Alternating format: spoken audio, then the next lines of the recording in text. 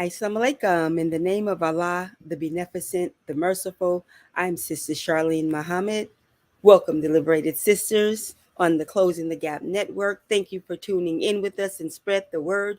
We are speaking to Student Minister Abdul Muhammad, also known as Principal Abdul Muhammad. Our co-host today is Brother Sultan Muhammad, and we are speaking about a recent presentation, but also a fight.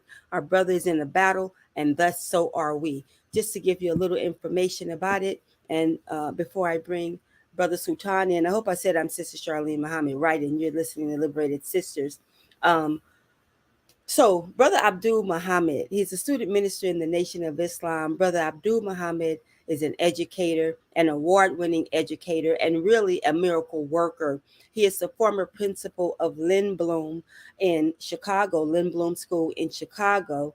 And again, he's in a battle with Chicago public schools. And so, just a little bit of information, and you can get this also at Justice for Muhammad, justiceforabdulmuhammad.com. Officials from the Chicago Public Schools and the Chicago Teachers Union made covert attempts to stop the Lindblom Local School Council from selecting this decorated Black principal. Brother Abdul Muhammad has a 25-year track record. He is also a Muslim, a follower of the Honorable Elijah Muhammad under the guidance and leadership, the beautiful, loving stewardship of the Honorable Minister Louis Farrakhan. So look, when the council hired Brother Abdul Muhammad, despite interference, which he'll get more into this, and look, I'm telling you, buckle up, spread the word, because as our brother Sultan is going to delve into, this is not a local Chicago issue. This is not just citywide issue there, but this is national. This is a problem that we're facing across the world, really, wherever you find Black people. And so when he was hired, the district and that union came together. They manufactured a case against our brother. He was ultimately removed from Lindblom. Now, the case that they trumped up or developed against him was so hastily done, it was so recklessly done and assembled. It contains, get this, 82 logical fallacies. I'm sorry, false statements, provable false statements, 82 from witnesses whose own documented behavior demonstrates an alarming lack of competence and deeply questionable ethics. Each time I've seen Brother Abdul speak about this, each time I've seen him interview, and this latest presentation, which you must watch and please share with your families at media.noi.org. We'll also have links in the chat. It's going to blow your mind. To take us further into our presentation and to introduce our dear beloved brother is Brother Sultan Muhammad, our co-host. Brother Sultan, assalamu alaikum. Wa alaikum salam. All right, how you doing, big brother? I'm doing fine. How are you? Doing wonderful. Thank you for asking. Brother Sultan, take us into our work tonight, and I'll be back. Yes, ma'am. I'd like to first open also in the name of Allah, God, the beneficent, the merciful. I bear witness there is no God but Allah. I bear witness that Muhammad is his messenger Messiah. And I like to greet you all in the language, our language of peace. Assalamu alaikum, which means, as Esau or Jesus said in the history, peace be unto you. And peace is, in fact, what we are looking for. And of course, without truth, without justice, there is no peace. We are really introducing, for some and knowledgeable of others, a young brother and student minister who has been exceptionally successful in the Chicago public school system, which means, of course, he has raised the mark, raised the level, and challenged the educational intent of not just Chicago, but public schools throughout America. And we will grow to see that there is a connection with this and education throughout the world when it comes to the original people, when it comes to Black and others throughout this earth. There is a very dangerous paradigm that has existed. And this, of course, this circumstance, which seems to be only Chicago public schools, really is a microcosm of the macrocosm. And we are going to look into that. And by God's help, we are going to see a faction of this, as will be demonstrated by our brother Abdul Muhammad. I have to say, I was always inspired by his lectures because he always seemed to be teaching students. And after hearing of his great success with our children in public schools, then we have something which also exposes why public schools have not been successful, in particular for the Black man and woman of America. I say that because the children is where, of course, the education begins. And well, I should say, actually, the education begins with the parents. And from that point, they introduce or should be introducing their children now to someone that can take them to the next level of knowledge, wisdom, and understanding. Uh, so I would like to bring before us our brother, fighter, revealer, whose circumstances it's really, really, and as you listen to it around the country, think about the private schools and even the public schools in particular that are in your area or your city. So if we bring on Brother Abdul Muhammad. There he is. Assalamu alaikum. Walaikum salam. Thank you, Sister Charlene and Brother Sultan, for having me on your show today. It's definitely an honor to be here. Praise Yes, be. sir. I just wanted to reiterate a point for everyone to listen. Who is listening? This is problematic throughout the planet. That's right. Throughout the planet. And even though they have worked very hard to hold us back, and we'll talk about that and why. I just wanted to start like this, Brother Abdul, before they heal you, because there's a reason why we've gotten to the most depreciated schools and school systems for Black people in America. There's a history to it, and of all subjects, as the Honorable Elijah Muhammad said, history best rewards our research. I wanted to ask Brother, well, let's just get started, Brother Abdul. Yes, sir. What, very briefly, is the situation, and then we're going to go into specifics. Yes, sir. What has happened? Well, Brother Sultan, again, thank you for having me on your show. And I definitely would like to thank the Honorable Minister Louis Farrakhan for being my teacher, as well as being my example. And thank all of your listeners for tuning in today. Brother Sultan, I have been, as you know, because I was your son's teacher, I've been an educator for 29 years. 4 of those years were at Muhammad University of Islam, and 25 of those years were in the Chicago public school system.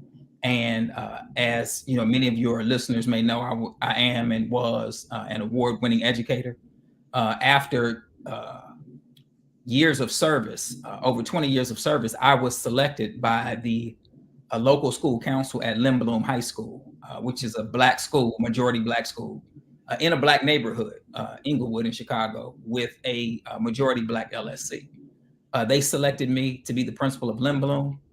And when that happened, we can get into more specifics, but when that happened, there was an outcry from officials in Chicago public schools who were upset at the fact that the local school council at Lindblom selected a Muslim principal in the Nation of Islam, Black male principal. And so those Chicago public school officials tried to put pressure on the local school council to change their decision. The local school council stood up against them and stood strong with their decision, moved forward. Chicago public schools relented then, but they worked from that day, which was June 15th of 2022. They worked to undermine everything that I did at Lindblom for the students, for the parents, as well as for the community. And they worked with 7 white teachers and 1 Black clerk We call them the Hateful Eight within the school. And those 8 Lynn Bloom staff members told over 83 lies to the Chicago Public Schools Law Department. And on March 31st, I was removed from the school. And of course, we've been fighting that ever since that removal took place. So I can get into more specifics, but that's just the outline of what happened. But we can definitely get into more details. Yes, sir. I'd like to back into this. I want to back into it this way. Would you give for us some of the awards that you have received and the acknowledgement for your level of management? Yes, sir. School. Well, brother, yes, I'm ma'am. sorry. Let me add, when you finish that point, how about we show some of the reel as well? But go ahead. Well, Yes, go ma'am. ahead. Show the reel, and then I'll just come up behind it. Okay, well, Yes, set ma'am. it up. I'm gonna go get it. Set it up. Okay, yes, ma'am. So, just so your listeners know, I have been, as I said, 25 years in Chicago Public Schools. I was awarded the Teacher of the Year for the city of Chicago. That was in 2003. I was selected out of 1,100 teachers. There were 1,100 teachers that were up for the award. And out of that 1,100, of course, I was there were 24 finalists out of the 1,100. And then I was one of the winners of the Teacher of the Year award for that year. I've been featured in Who's Who Among American High School Teachers consecutively, as well as nominated for the Golden Apple. And I'll let Sister Charlene play the clip, and then we'll come back. All right, here we go.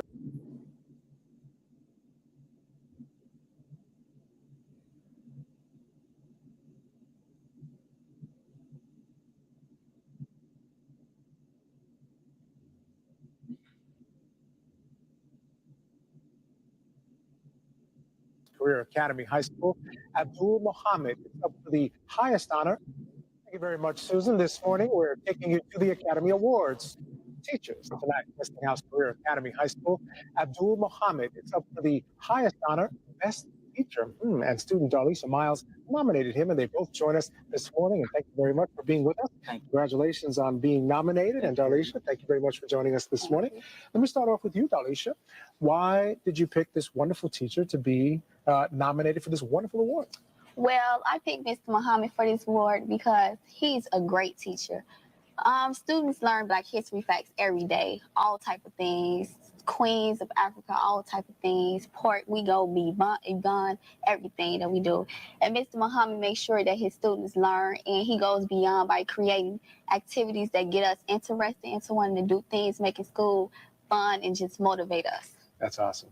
Now, let me ask you this, Abdul. I mean, listening to her, I'm getting chills because, when you see a student motivated and excited about learning the way she is, and you're an educator, so that just must make you feel incredible. Tell me about that. Yes, sir. Well, it is an incredible feeling because, every year when I start the school year at Westinghouse, of course, the students, they come in and they look at me funny.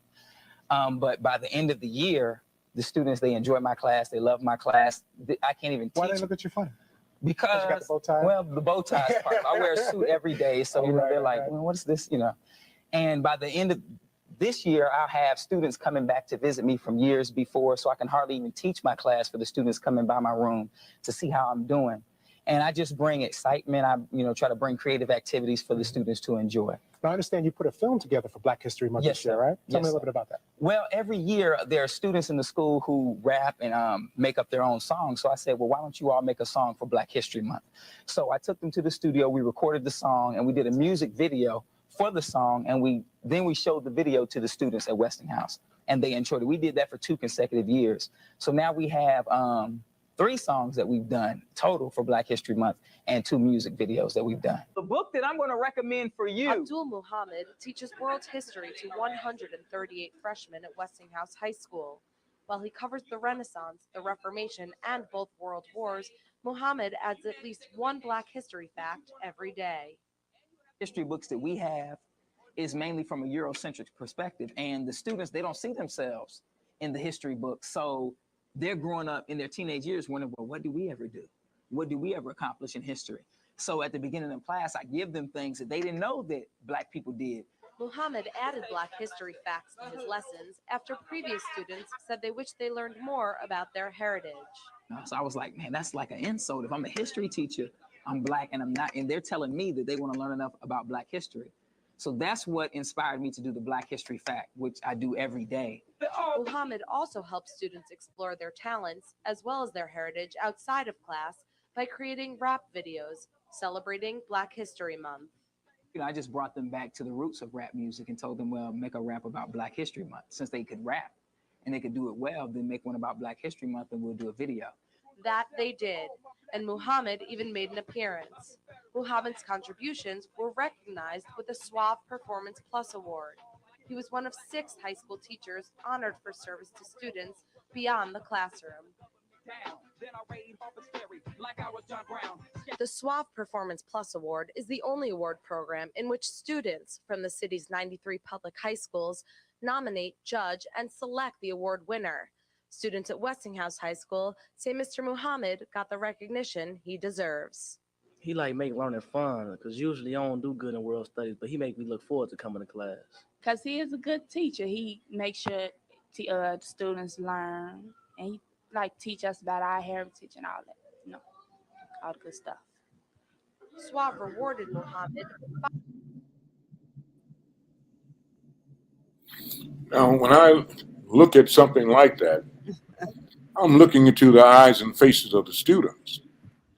And each one of them, when they talk about you, brother, they have this beautiful smile of love in their faces. Yes, sir. Do you think that could be a part of what the problem is? Oh, absolutely, Brother Sultan. That's absolutely what the problem is. When Prophet Muhammad was in Mecca, the Quraysh, who were the rulers of Mecca, as you know, because the Prophet had such great relationships with the young, with the old, with everybody, right? That the Quraysh were envious of his success with the people. So they tried to prevent people from talking to the Prophet and engaging with the Prophet, because they knew that once anybody talked to the Prophet, he was such a beautiful human being that they were going to fall in love with the Prophet.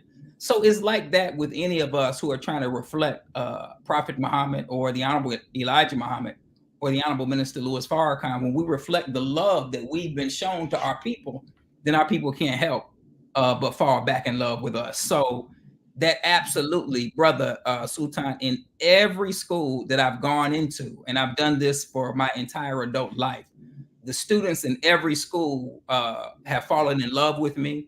And when those students fell in love with me, there were always those who were envious of the success that Allah blessed me to have with the students. And their envy led them to, try to do things against me. But in every instance, Allah blessed me to overcome the envier and their envy. So all praise is due to Allah, and be successful at educating our children. The Honorable Minister Louis Farrakhan referred to the public school system as the killing fields, right? And the public school system is absolutely that, because the public school system is destroying the minds of Black children. And I always use the example. See, so we're taught that there's a law of cause and effect, right? And that if the effect is real, then the cause is just as real. So when we see the effect of a rise in crime, and we see the effect of our young people engaged in a lifestyle that is destructive, when we see that's the effect, but we have to ask the question, what is the cause? When we see our brothers sagging their pants the way that they do, and we see our sisters wearing bonnets outside with pajamas, we want to criticize them. We want to criticize the effect. But what we're not looking at is the cause of that effect. And so what did the most honorable Elijah Muhammad say? He said, we have to go to the root today to prove that the all-wise best knower is with us in the person of Master Fard Muhammad. So what is the root of the effect that we see? Well, we know that the Bible says that we're born in sin and shaped in iniquity, meaning we were born in a world that was already doing evil before we got here. And then when we got in the world, the institutions of the world shaped us in the way that we think. So our people who are sagging their pants or wearing bonnets or wearing pajamas or involved in gang violence or whatever. That is the effect. And the cause is because they went to the public school system and got miseducated. And we can use the example of Brother Malcolm X when he was in 8th grade and his teacher told him, he asked his teacher, well, his teacher asked him, pardon me, what do you want to do? What do you want to be when you grow up? And Malcolm said that he wanted to be a lawyer. And his teacher didn't pour life into Malcolm and said, look, let me give you some books that will help you to be what you want to be. Let me point you in the right direction. Let me assist you in this noble goal because your people are suffering. They could use a good attorney. No, that white teacher didn't do that. What did the white teacher do? The white teacher put a needle in Malcolm's brain and said, you'll never be a lawyer. Your own people won't hire a black lawyer. And certainly white people won't hire a black lawyer, but you work well with your hands. You should be a carpenter. So he redirected him from something that would oppose white supremacy to something that is not a threat to white supremacy. Now, Brother Sultan, you know that the same thing happened to the Honorable Minister Louis Farrakhan when his teacher, her name was Mrs. Hurley, and he told her that he wanted to be a doctor. And it seemed like all the white teachers had the same playbook because Miss Hurley told the Honorable Minister Louis Farrakhan, young Louis Walcott, oh, you'll never be a doctor. White people are not going to let you work on them, and neither will black people. But you play the violin so beautifully, Louis, right? So you can entertain white people, but you can't think that you could ever grow to become a doctor or a lawyer or an engineer. That is a needle in the brain of the black child. So what happened to Malcolm? Malcolm dropped out of school and started running the streets. So the effect was Detroit Red. The effect was Dirty Red. The effect was a man robbing people's houses while they were asleep in the house. The effect was a man pimping women and selling dope. That was the effect. But what was the cause? The cause was that Malcolm's white teacher put a needle in his brain when he was in the 8th grade. So now we look at the effect, but the cause of that is that our people are being destroyed in the public school system of the enemy. And you may say, or your listeners may say, well, does this still go on in 2023? Absolutely. When your children come home, you ask them, baby, what you learned at school today? And what does my mama ain't learned nothing. You think your child is exaggerating, but your child is telling you the absolute truth because the teachers are not teaching in the public school system. So what are they saying? They're not coming out saying you're not going to amount to anything, but they're really doing the same thing that was done to Malcolm. Yes, sir. By not teaching, they're saying that you will never amount to anything. I know I took a long time with that answer. No. I want to go somewhere with this because you're on a role that we need to pay attention to. Yes, right. All right. That's right. So here we are today. 90% of black children. I came up in Houston. Yes, sir. In the 50s. Yes, sir. Yes, I just named myself. I just counted myself. But I came up, in the early 50s, and we had all black teachers. I went through junior high school and high school with all black teachers, and the education that I received, as I graduated in 1966. Yes, sir. With more than what I see graduates come out today. That's right. My question: do you think that there is a relationship? Well, first, there was a white teacher who told you something about the children who wanted to learn now.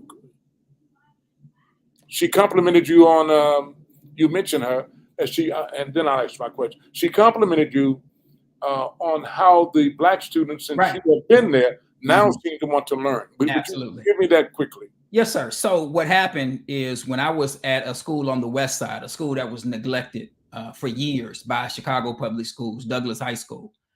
And when I got to Douglas High School, the school was falling apart. Everything that you could imagine was wrong with the school, was wrong with Douglas. And that's not to blame the people that were there. Again, like I said, this is a school that was neglected. It's in the Austin community. It's on the west side of Chicago. This is a very neglected area in the city of Chicago. And they did not have a principal that could go into Douglas and turn the school around. And Chicago Public Schools, when they assigned me to Douglas, because they thought that I was going to fail because nobody was able to succeed at Douglas. So they wanted to put me in a place where they thought that I would fail and the building would collapse on my head. And I got to Douglas and I was there for 5 years. And in those 5 years, I completely transformed the school by the grace of Allah. So the second year there, a white teacher, it was a male teacher, while I was there at the school, he pulled me over to the side and he said, Mr. Muhammad, before you got here, the students didn't care about their grades. But now that you're here, the students care about their grades. He said they used to ball up their report cards and throw them on the ground. But now that you're here, the students care about your grades. So what did I do that caused the students to care about their grades? See, everybody said, not everybody, but a lot of people say, oh, you can't teach these children. They don't want to learn. These children, it's this young generation, they're crazy. And everything that you're saying is 100% false. Our young people want to learn just as much as everybody else. All you have to do is raise the expectation. What I did for the students at Douglas is I raised the bar. I raised the expectation as the instructional leader.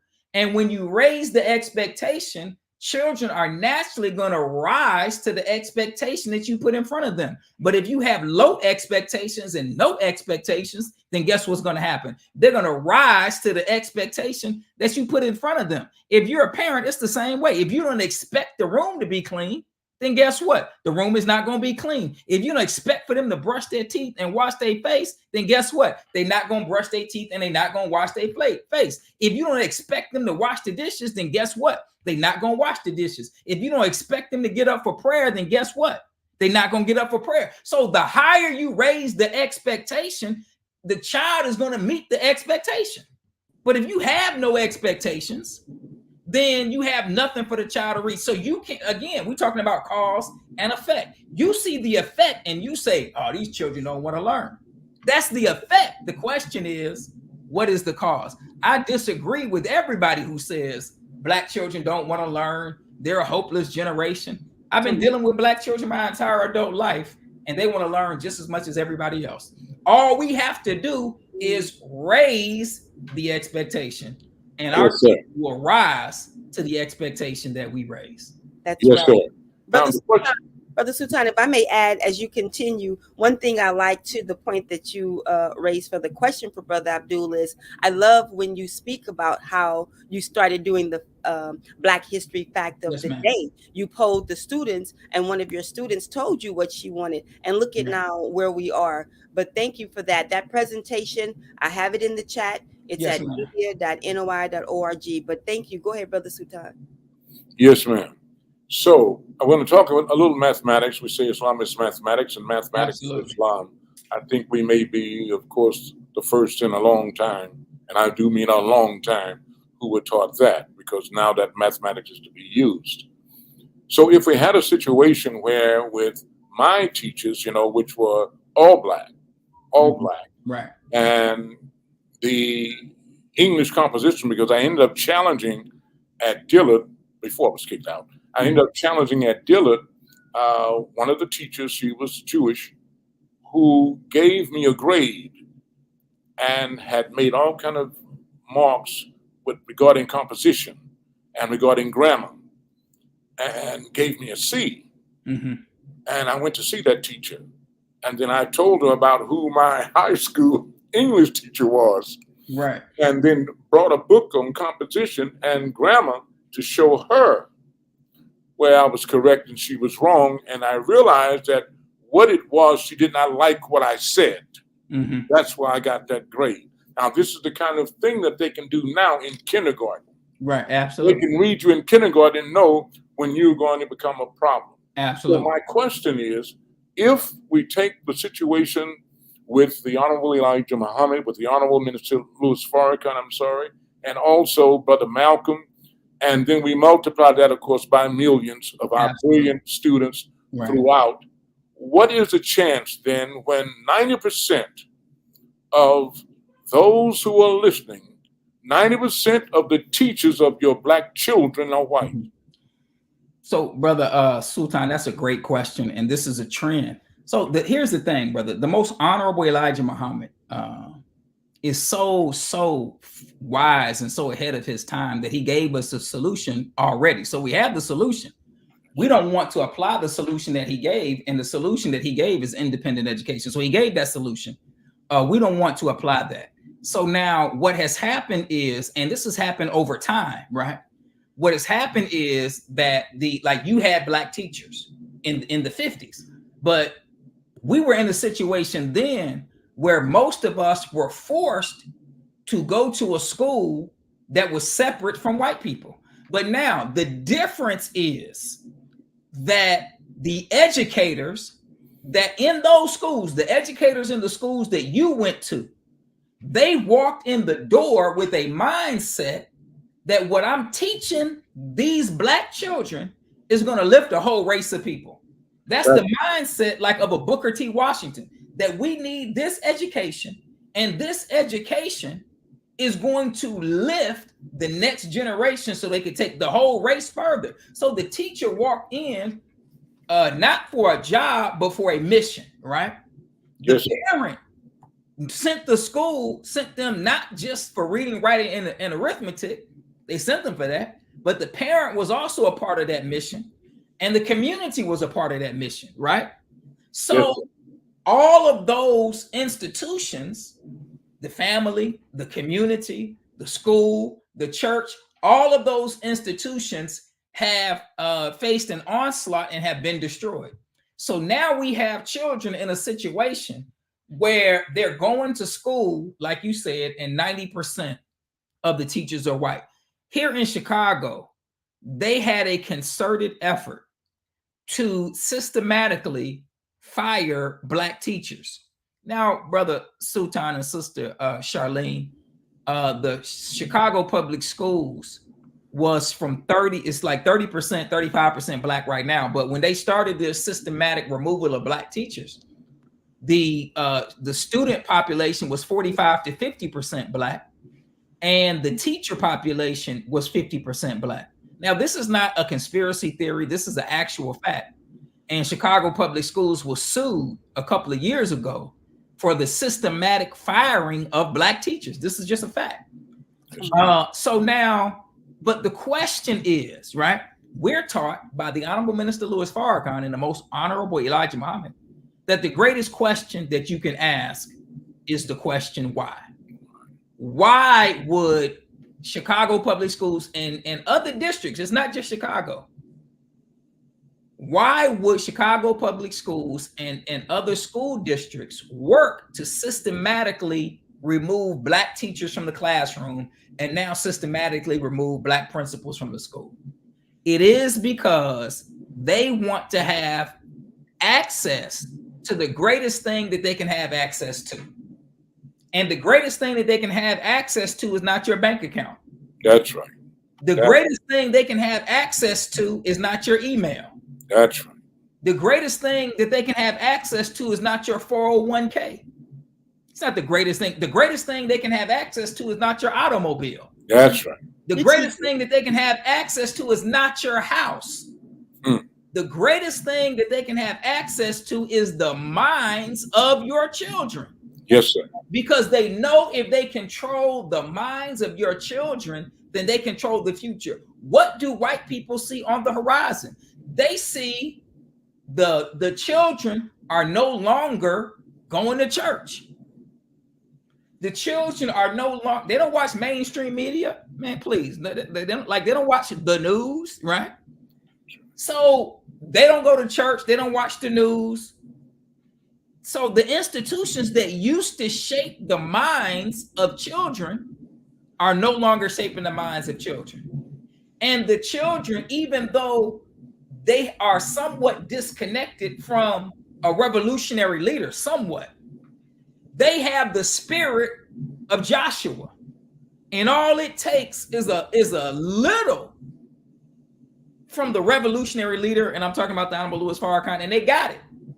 So what would the enemy do if he sees the children rising all over the country, all over the world? Young people are rising up. So what would the enemy do to prevent that rise? What have they always done? They brought in heroin in the 70s. They brought in crack in the 80s. They did everything they could do to prevent. They passed all of these harsh Jim Crow laws. Everything. So the enemy has never stopped since we were brought in slavery in 1555. They have never stopped putting things in place to prevent the rise of our people. Now that's a historical fact. They've assassinated our leaders. They destroyed our organizations. They developed COINTELPRO. They've done everything within their power to prevent the rise of our people. So if they did all of that, you mean they wouldn't fire black teachers to prevent the rise? Come on, man. What are we talking about? Yes, sir. For them to do. And we're going to talk about other principles other than yourself. May I? Absolutely. I just want to say, if I can, we're not talking to the students of Muhammad University. Our concern is all of our children. All of them. Because the overwhelming 95% of our children are now locked in schools that will not properly educate them. That's right. And if the 90% has more than likely been an enemy historically, what could we expect from our children? What can we expect from the educational systems that most of our children are in? And let me just say this real quick. So what happens, brothers and sisters, what you have to understand is that when white people take over the education of black children, they become the filter for what black children learn, right? Yes. So you sit at home with your children, Kareem and Malik and Kalila, right? And they're coming home telling you what their pronouns are. And you're saying, man, where you get that from? Nah, that don't make no sense. They're coming home telling you what they learned at school, right? But now, where's the see, we don't have power over that because we don't have black people in place to be a filter for what we know that the black community needs and wants. So white people become the filter for what your children receive. Let me give you an example. When our brother, what is his name? Not Harold Washington, Al Sharpton was running for president. Brother Cedric, who at that time had a website, our brother Cedric had a website called blackelectorate.com. He wrote an article because he was trying to get some information to Al Sharpton to help him with his economic policy. And Brother Cedric noticed that around Al Sharpton were nothing but white people. So in order for a black person to get information to a black candidate to help black people, that information had to go through a white filter, and the white filter would determine whether or not we're going to give this information to Al Sharpton or make this a policy program. And all of our politicians and most of our entertainers, that is exactly how it is. They are the talent, but around that talent are white people, and they become filters for what the talent gets. Okay, so now you see that in a case of a rapper or a singer or whatever, or a politician. But the same thing is true for your children. So now let me give you an example that you can relate to. There's a brother in Chicago who has a program called Hip Hop Detox. His name is Brother Enoch. And I've been working with Brother Enoch in Chicago since 2003, 2004. We've been working in various schools for a long time. And Brother Enoch has an outstanding program for black children. And Brother Enoch, his son went to Limblom before I got there. And every time Brother Enoch went to try to bring his program to the students of Limblom, he had to go to the white principal, and the white principal had to make a decision of whether this black man's program was good for black students at Limblom. And every time Brother Enoch went to the white principal to share with him about this program, Hip Hop Detox, he was always turned down. So now you know what happened when I became the principal of Lynn Bloom, right? Because I'm not trying to filter out somebody that can bring some knowledge and understanding and guidance to Black children.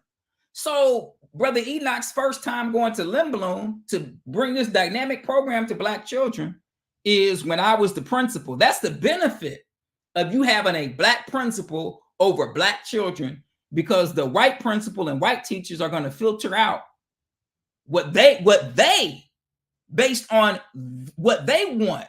They're going to filter out what your children learn or don't learn. So, and again, I'll just say this real quick because it ties into this point. When I first got to Lynn Bloom, y'all got to understand, I need everybody listening to understand, this is a Black school. The school is 75% Black. The school is in Inglewood. That's where Lil Herb and all these rappers are from. They're from Inglewood. It's a Black neighborhood in Chicago. And there's a Black LSC that elected me to be the principal. And when I got to the school, I had a parent that came to me and said, Mr. Muhammad, we never, I'm not going to say never. She said, we don't have Black History Month programs here at the school for the students. Now, how is this even possible, brothers and sisters? How is it possible that at a Black school in a Black neighborhood with a Black LSC, I have a Black parent coming to me and telling me that they don't even have Black History Month programs? So I made a promise to that parent that we were going to have not just a program, but we're going to do many things for Black History Month. And you know, I kept my promise. And that parent was extremely excited. But this is the benefit of having Black educators over Black children. And as you said, brother, the vast majority of our children are in the public schools, and we have to do something to get access to the minds of our greatest resource, which is our children. Brother Sultan, Brother Abdul, let me display the flyer as you both continue on. Yes, ma'am. And then I think maybe in about 14 minutes, we can go to some of the questions that we have in common. Absolutely. I love, to your point, what you're saying. I love how in the presentation, A Call for Truth and Justice, how you shared that Hamilton, the stage play, only Right. left twice. And because of your hard effort, children who were, you know, in prison, Incarcerated, right? that's right, were incarcerated, were able to see that. But continue on, and I would like to display the we can move to that, you know, right away. to the which one? The school that he taught. Did you have something? I'll get it, and I'll make you aware when I have it. Thanks. Okay. Yes, ma'am. So I want to. I had written down battle to reveal the de-education of Black children. Yes. And of course, the fear. I want to for just a moment, go down a list here of just some of the inventions by Blacks in history who have not had the advantage of the same education as our privileged, or as the privileged white children, because all white children do not get the privileged education. Right. And they could even do better. But let's take a look at some of those and what has been invented and what we come up with. Potato chips, gas masks, protective mailbox, blood bank, improved ironing board, home security system, free light, traffic light, refrigerated trucks, as a matter of fact, one of the brother who invented the refrigerated trucks has a nephew in the nation. Okay. Praise be to Allah. Automatic elevator doors, electric microphone, color IBM, PC monitor, and gigahertz chip, super soaker, tissue holder, peanut butter, laser focal, automatic gear shift, clothes dryer, dustpan, folding chair, golf tees, ice cream scooper, lawnmower, lawn sprinkler, modern toilet, mop, reversible baby stroller, well, I don't know what that is. I don't think it means the same. Logomania, paper, chess, alphabet, medicine, serving tray walker, airplane propeller, biscuit, helicopter. I remember once it was a show like 60 Minutes. Now I'm naming these for a reason. A show like 60 Minutes. And they were going to show where the inventor of the turbo engine was. I think it was Channel 7. This is many years ago. And so the show is going on. They go into the L's in New York. But, they're taking us to the person who invented the turbo engine. Right. Then they go down the stairs, cameras follow them. Then they go around and up under the stairs. There's a black man living under there. Living under the L. This was the brother who invented the turbo engine. So in science and math, we can find, especially when they find us in those subjects, they pay very close attention to us. They do not want to let us get away. They want to make sure that once you're used up, you are completely used up. That's right. But when we take a look at all of these car coupler, rotary engine, letterbox, stainless pads, airplane propeller, I mentioned that one, biscuit cutter, look at all of the radiation detector, paints. I don't think there has really been an independent invention in America. And that the reason that, of course, America moved ahead of all the other older European countries is because their use of the black man and woman, not only as slaves, but as doctors, architects, and others, and builders. A history that we know nothing about, but they know our history and know despite what has been done to keep us away from learning. That's right. So can we say that it appears that there's a fear is they would never allow our children to have an equal education? That's right. Brother Sultan, the education has always been an equalizer. And this is why the enemy has always wanted to control the education of black children, because if they receive the same education that, as you said, that a certain level of or upper class white people receive, then they would not be able to continue to rule. Listen to what the Honorable Minister Louis Farrakhan said, brothers and sisters, in the book, Torchlight for America. He coined a phrase. He said, "He who gives you the diameter of your knowledge controls for you the circumference of your activity." And so this is real simple. Like, this is a test to see whether you really have knowledge. The smaller the diameter, the smaller the circumference. So the less knowledge you have, the less activity you have. The greater the diameter, then we know the greater the circumference. So the more knowledge you have, the more activity you will have. So you don't have to, because we like to argue as black people sometimes about how much knowledge we got, right? It's not even an argument. All you have to do to see who has the knowledge is look at the activity. The greater the activity, the greater the knowledge. So you can have all these titles that you put on yourself, right? Grand potentate of whatever, and talk about how you got these degrees of knowledge from Egypt and the Medu Neter and everything else. You can talk all of that you want to talk, right? All we have to do is look at the activity, and the activity will determine if you have the knowledge. So now the enemy does not want us to have the same knowledge as him, because or a superior knowledge, because we don't need the same knowledge. We need a superior knowledge, because he knows that it is our time to rule, and you can only rule when you have knowledge. This is why the Bible says that the devil has come down with great wrath, because he knows that he has but a short time. So, brothers and sisters, the fight that we're in is not a fight, a physical fight, but the fight that we're in is the greatest fight that we can be involved in, and it is the fight for the minds of our children, because our children all across the country are being miseducated in the public school systems.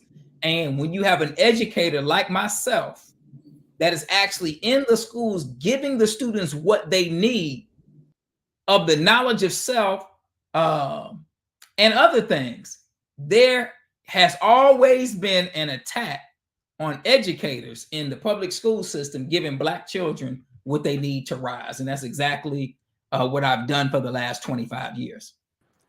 Transformative work. Mhm. Brother Sultan, transformative work, right? We have the clip ready when you're ready, Brother Sultan. Just let me know. Go right ahead. Okay, here we go.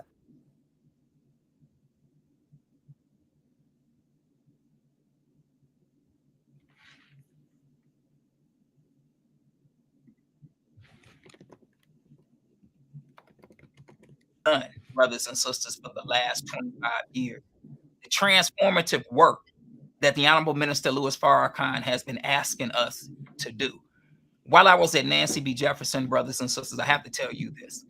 I received an email one day, and in that email, it said that 1,900 students in the city of Chicago went to go see this play called Hamilton. Now, I don't know if you've ever saw the play or have ever seen the play Hamilton. It's a magnificent play. It's a great stage play. It's one of the greatest stage plays that has ever been written, and was on Broadway, a smash hit on Broadway. So now, when I got that email, I felt like my students are incarcerated. I'm incarcerated with them. When I came to the facility, I had to walk through 2 line scans just to get in the facility. I had to sit in the windowless classrooms with the students just like them. I had to see our brothers. The facility is 85% Black boys. And I had to see our brothers in this facility where they made them walk down the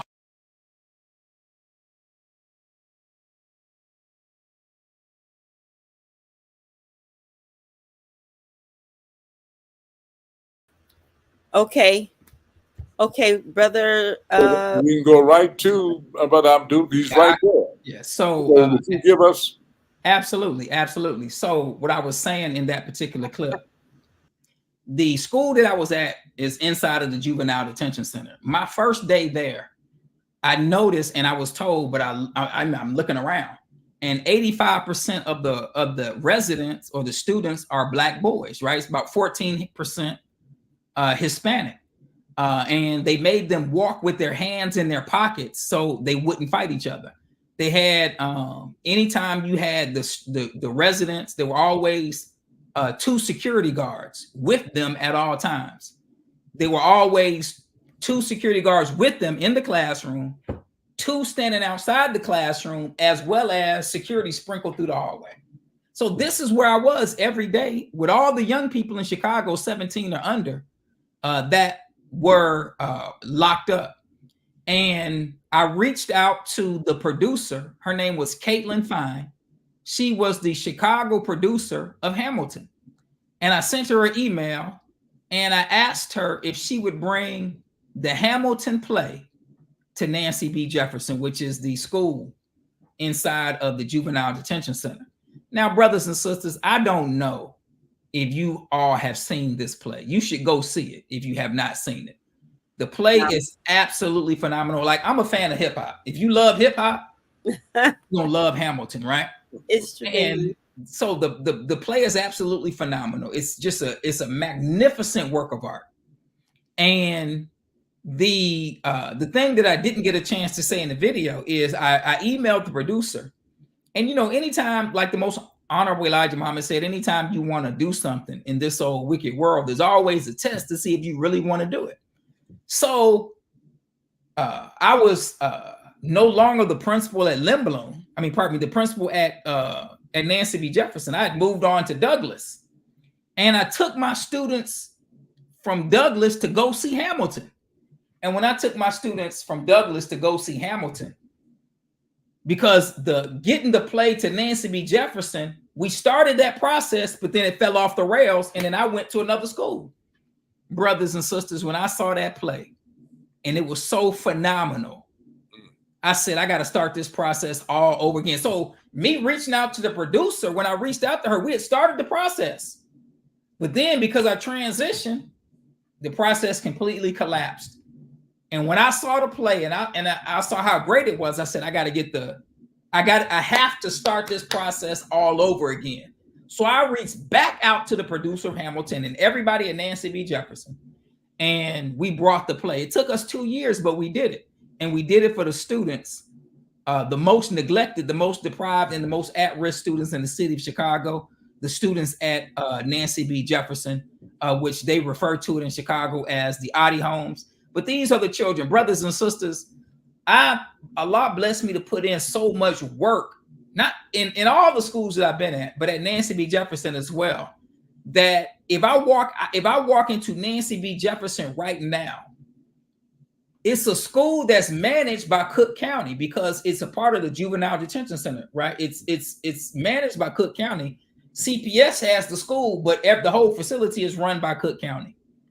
And because of the work that I did, that Allah blessed me to do when I was there, everybody, when I say everybody, Black, white, Asian, African, security guard, the head of the facility, and everybody in between, the judges, the lawyers, all of them, every last one of them has nothing but honor and respect for Abdul Muhammad, because they saw the work that I did for the young people while I was at Nancy B. Jefferson. Let me give you an example.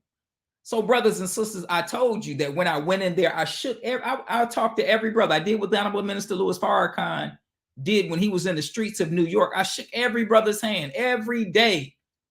I left my office and talked to every brother in that facility. I went up in their cells and I talked to them in their cells. This was the first time that they could put the various gang members together, the BDs, the GDs, the Vice Lords, the Four Corner Hustlers, the Black Souls, the Latin Kings, the EBK. They couldn't put them together before. But when I was there, we were able to put them together, and there would not be a confrontation between these brothers. Now, brothers and sisters, one day, because I like to do, at every school I've ever been at, I've gone above and beyond the call of duty. So I wanted to do a 5-on-5 basketball competition at Nancy B. Jefferson, right? Now, listen, brothers and sisters, we talking about a jail school. And I said, I want to do a 5-on-5 basketball competition with everybody in the entire facility. So I talked to the brothers. I let them know. I said, look, this is what we're trying to do. We're going to do a 5-on-5 basketball competition on a Saturday, all day. Everybody's going to participate. Get your team together, and we getting trophies for the winning team. So now, brothers and sisters, I went there on a Saturday at, I think, 8 o'clock. And we played, because now listen, this wasn't one team against the other team. This is everybody in the entire facility. Everybody except the medical wing. Everybody. We brought the teams down. They played each other. The team that won, we did the brackets. They went on to the next. Right? We had another losing bracket where they could play each other and get back in. We ran the whole thing from 8 o'clock in the morning to 5 o'clock in the afternoon. I was there the entire day with them. With every resident, they all came down. And we did not have a single fight that entire day. Now, it was some hard fouls on the basketball court, very hard. But we did not have a single fight that entire day because of the relationship that I built with those brothers. And again, what did I do? I said it already. I set the expectation. I let them know what I was trying to do, what we were trying to do, and how it was going to go. I raised the expectation, and every last one of those brothers and sisters met the expectation that we raised. We did that for the entire day and didn't have a single incident. We had pizza for them, everything. So now this is why to this very day, to this day, I haven't been working there in 7 or 8 years, but everybody on the Cook County side loves me to this day. Now you would think, well, Brother Muhammad, why don't the people in CPS love you the way the people at Cook County? I can't say why. All I can say is if I mean, I can assume that they hate black children because I can't say why they don't love me the same. Now, that was something else that you did there. Yes, sir. That was something you else. brought somebody there. Ah, You brother, brought a group there. Brother Sultan, I did so many things at the Juvenile Detention Center every year. This is while I was there and when I left. Every year we would do what is called Adopt-a-Pod, right? They have this program called Adopt-a-Pod, where any organization can adopt a pod. A pod is like a cell block, right? So it's like 8 rooms to a cell, to a pod, right? So you adopt a pod. So you adopt these 8 people, right? 8 residents, and you bring them food. You know, this is during the Christmas season because, as you know, when people are incarcerated around the holidays, is, you know, they get sad, they get depressed, right? So this is something that the facility did to raise the spirit of the residents. So I said, look, I reached out to brothers and sisters in the nation, Sister Carmela, others, as well as the brothers and sisters, because I do a lot of community work as well. So as well as the brothers and sisters who I've been working with in the community. And every year, we didn't just adopt a pod. We didn't adopt 8 or 9. No, we adopted like 30 or 40 residents at the Juvenile Detention Center every year. Sister Carmela, as well as Jerk 48, which is in Chicago, it's a restaurant in Chicago who we partnered with. We brought food for them, right? We brought food for the residents from Sister Carmela's restaurant, as well as Jerk 48. We brought bean pies for them. Of course, they never had the bean pie before. And then with the brothers and sisters that I work with in the community, we brought gifts for them. Now, of course, they're incarcerated, so they can't take the gift, but they can give the gift to their brother or sister or mother, or if they have a child. We brought truckloads full of gifts for the brothers and sisters that are incarcerated at the Juvenile Detention Center. We did this every year. But now, hold just 1 minute, please. Yes, sir. You did not finish telling us what happened with the musical. Oh, I'm sorry, my brother. So, Brother Sultan, thank you. When we brought the Hamilton play to Nancy B. Jefferson, the cast came out and they performed the play for the residents. And everybody, the actual cast. There's, if you go to Nancy B. Jefferson, and the picture is in the presentation, but if you go to Nancy B. Jefferson, they have a display in the lobby with a huge Hamilton poster in a frame with different pictures of all the cast members. The cast members came out and did the play, or asked. They couldn't do the whole play because the play is hours long, right? But in the prison facility? In the prison facility, absolutely, yes, sir. And of course, they asked questions. You know, the politicians came out. Everybody from Cook County, all of it, they were all there. And brothers and sisters, of course, when that event started, the brother who's over the facility, because they invited me, even though I was no longer there, they invited me. And when he started the program, the first thing he did was thank me, because I was the one that reached out to the producer of Hamilton to bring the play. And after they performed, of course, and we ate and it was great. After they did that, the producer, her name is Caitlin Fine, pulled me over to the side and said, Mr. Muhammad, this play has only left the stage twice. Once when we took it to the White House for Michelle and Barack Obama. And the other time is when we brought it to the students of Nancy B. Jefferson. So let me stop you right there. I want to stop that you I've right done. there. Yes, sir. I have to stop you right there. You went through, and from what we learned, this was 2 years after you started this mission. Yes, sir. And you were actually gone from that facility. Is that correct? Absolutely. I wasn't even there anymore. That's right. But you continued to work. Yes, sir. Yes, sir. So I want to go back to a point. And that point is, what we're talking about is when we have people who are really concerned about our children and where our children could be and where we could be if we control these situations. That's right. And we have to do what is necessary to control these situations. And what would it do? I want to just parenthetically, George Foreman is a friend of mine. Yes, sir. Friend of mine because I used to avoid him. And I would talk to him because George did just what he did. Fight every day. He actually did that. When they made the movie, that part was true. So George was considered, a spastic child. He was considered, a dropout. He was considered, although he didn't, because you had to finish. In Houston, you had to finish. You're 20 Right. years old, you're going to finish school. And so my brother, after he comes to the knowledge of himself, after he comes to power, after he comes to become a champion and all of this, and then he goes into business, look at how intelligent the man was. Right. And how intelligent the man is. Right. But someone has to see that and to know that. That's right. I want to read something, and then I'll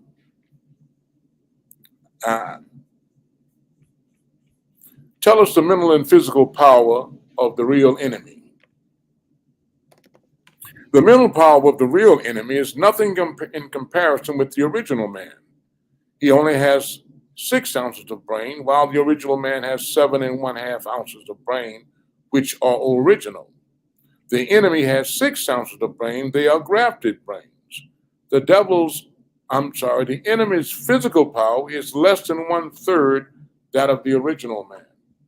Now, I want to, in looking at that, we could talk about, what's my sister, what is her name? The gymnast who just now Simone became, I'm sorry? Simone Biles. Simone Biles. Simone Biles. So now Simone Biles has won more than anyone else in history. And we just read something, about the physical. We can talk about Michael Jordan. We didn't call him that. Very wise people call Michael Jordan the god of basketball. Although that was not the epitome of his godhood. But that's what he could do and excel well in. When you go up, somebody's there, he would switch over here, he would switch over there, he switched to the other place, and while he's in the air, and then still make a play. When we watch the athletes today and what they're able to do, now, is it true that you have to think it before you can do it?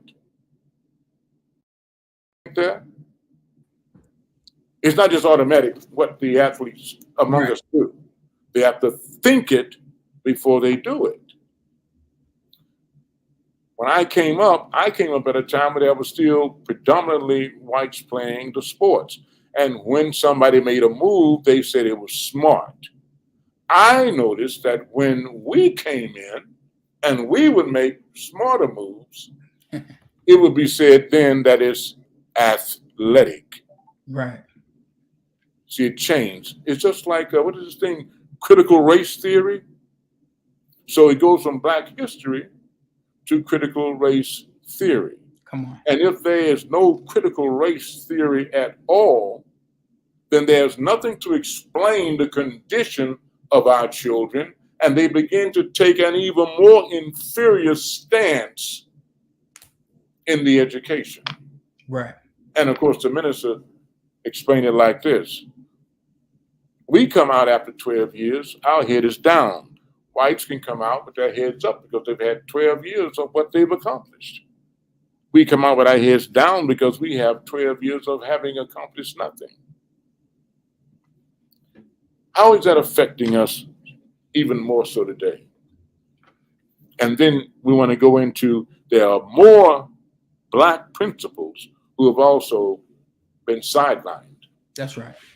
Right. And before you answer that, in addition to that, we're going to also delve into the questions along with your charges and demands. Yes, ma'am. Thank you. So you want me to go into the Black principles, the other ones? Well, you can start wherever you want to start. Okay, yes, sir. You have a lot to say. Yes, sir. Thank you.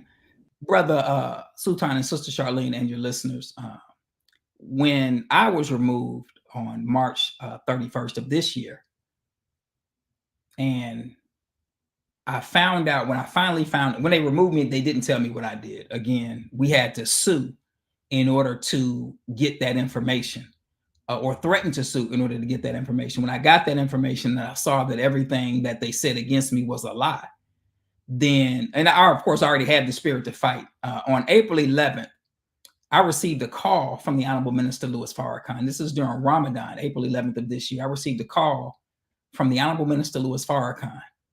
And of course, I had already been in communication with the Honorable Minister Louis Farrakhan. And I said to the minister, I said, brother minister, my spirit is to fight. And the minister responded, he said, brother, that's the right spirit.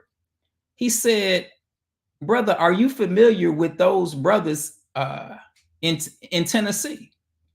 He said, they have the spirit of Joshua. He's talking about the two brothers that were removed from the State House. He said, they have the spirit of Joshua. And if you know anything about Joshua, you know he's a fighter. He said, they're not like the other Negroes in Tennessee. He said, the man kicked them out of the State House, but one is back and the other one is on his way. My point to you, this is the minister talking, my point to you is that it backfired. He said, brother, this will backfire. So I'm only saying that to say that from the beginning of this, my spirit was always to fight. And when I started to fight, I stood up to fight like any intelligent person would do when they've been lied on. I stood up to fight. And then we found out that there were other Black principals that the same thing happened to them. They were lied on and they were removed from their positions as well.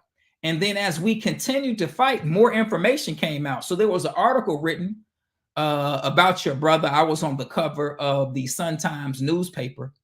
And the article was written by Sarah Karp, who is a journalist for the Chicago Sun-Times. And she also is a journalist for WBEZ. And she writes on education. And in her article, it proved three things that we were already saying. The first thing that we were saying is that Chicago Public Schools discriminates against Black principals. So in Sarah Karp's article, through the Freedom of Information Act, Sarah Karp found out that there were 10 principals removed, and of those 10, 8 of them were Black. So now, listen, brothers and sisters, there were 10 principals removed in 1 year in Chicago, and of those 10, 8 of them were Black. So then when Sarah Karp looked closer, 7 of the 8 Black principals were Black men. Wait a minute. What is the percentage of Black male principals in Chicago public schools? It's only 8%. 8% of the principals in Chicago public schools are Black men, but Black men are 70% of the removals. What this proves is that Chicago public schools is targeting Black leadership. It's not just happening in Chicago, it's happening all over the country. Absolutely. In all of the schools, Black, strong, effective Black leadership is being targeted for removal. So when I stood up to fight, there were other brothers and sisters that the same thing happened to, that they were lied on, that they got trumped up charges put against them, that CPS put paperwork on Black principals. And so then those other Black principals, Dr. Kimberly Gibson from Harriet Tubman and Brother Gerald Morrow from Dunbar High School, they stood up to fight this oppressive system that is targeting Black principals, specifically Black male principals in Chicago public schools. So this is the fight, brothers and sisters, that we're in. This is the fight that we want you to join. There's a website where you can find more information. It's scrolling down at the bottom. It's justiceforabdulmuhammad.com. You can get the background information on what's going on. You can find a little bit about what's going on with the other principals as well. You can also, on that same website, justiceforabdulmuhammad.com, you can send a letter to Mayor Brandon Johnson. Mayor Johnson is the mayor. I know you may be asking, brother, have you all talked with the mayor? And I'll say this, when Brandon Johnson was running for mayor, he and I had a conversation via Zoom So one-on-one conversation, just me and him. And I let him know what was happening at Lindblom at the time. So he's definitely aware of what is going on, but these politicians, a lot of time, they need pressure applied to them. So if you go on justiceforabdulmuhammad.com, you can click on Brandon Johnson's name. It's right there on the website, and an email will populate, and you can send him an email. You don't have to, you can just send him the email. All you have to do is click on his name. The email will generate, and you send it straight to him. And that's on the website, justiceforabdulmuhammad.com. You can also make a donation on that website. That's the picture right there of the Hamilton. I'm gonna jump into this real quick. I'll come back to that. So now if you go back to the picture, Sister Charlene, please, if you can. Right. So now what you see, brothers and sisters, is this is the poster this is the lobby of the Juvenile Detention Center. That is the poster, and those pictures on the side are the cast members that you see that were performing the Hamilton play for the residents of Nancy B. Jefferson. So this was the effort. This is just one of the efforts, not the only effort that I put forth while I was at Nancy B. Jefferson. This is just one of the efforts that I put forth to bring the Hamilton play. Now that picture is important because that picture was taken on March 31st of this year. That picture wasn't taken after I brought Hamilton to Nancy B. Jefferson. That picture was taken not March 31st, pardon me, but March of this year. Because, brothers and sisters, I am a brother that is committed to our people. So even though I am not at Nancy B. Jefferson as the assistant principal, I've been back 30 or 40 or more times to do different programs with the residents of Nancy B. Jefferson. So, as I said before, I do a lot of community work. So I built a lot of relationships with brothers and sisters in Chicago, and we do a lot of community work as well as what I do as a principal. So in March of this year, myself, as well as some Chicago celebrities and some other brothers and sisters that I work with in the community, we went to Nancy B. Jefferson to again engage with those residents, which is something that I've been doing for the last 8 years. That is phenomenal. When I saw that, I was like, whoa, only twice, but that played, you're right. Everything you're saying is so correct. Brothers, what did we get to some of the questions in the chat? Absolutely. And then, and as well as comments, but we'll start with the first one. I'll put it here. It is from Sylvia Yancey Muhammad. She works at a middle school in New Jersey. She can see the decline of the educational system. Today was like, I need a different job. She says, you just have those moments. That's true. Yeah. Prayers for you, sister. When trying to reach our children, what advice do you have for an educator to get through the daily struggles? Most of the day is spent disciplining. Parents are not effective. So that's a great. Leave it on the screen for me, please. That's a great question. Sister Sylvia, the first thing that you have to realize, now I'll say this, the first thing you have to realize is that our people have been made savage. They're not savages. They're absolutely not savages, but they've been made savage. So if you don't walk in the door knowing what you are dealing with, you will have absolutely no hope. Working with the public is an extremely difficult position because you get to see the problems of the public up close. So if you're a police officer, like you dealing with the problems of the public up close, right? You're a teacher, you dealing with the problems of the public up close, and it's not pretty.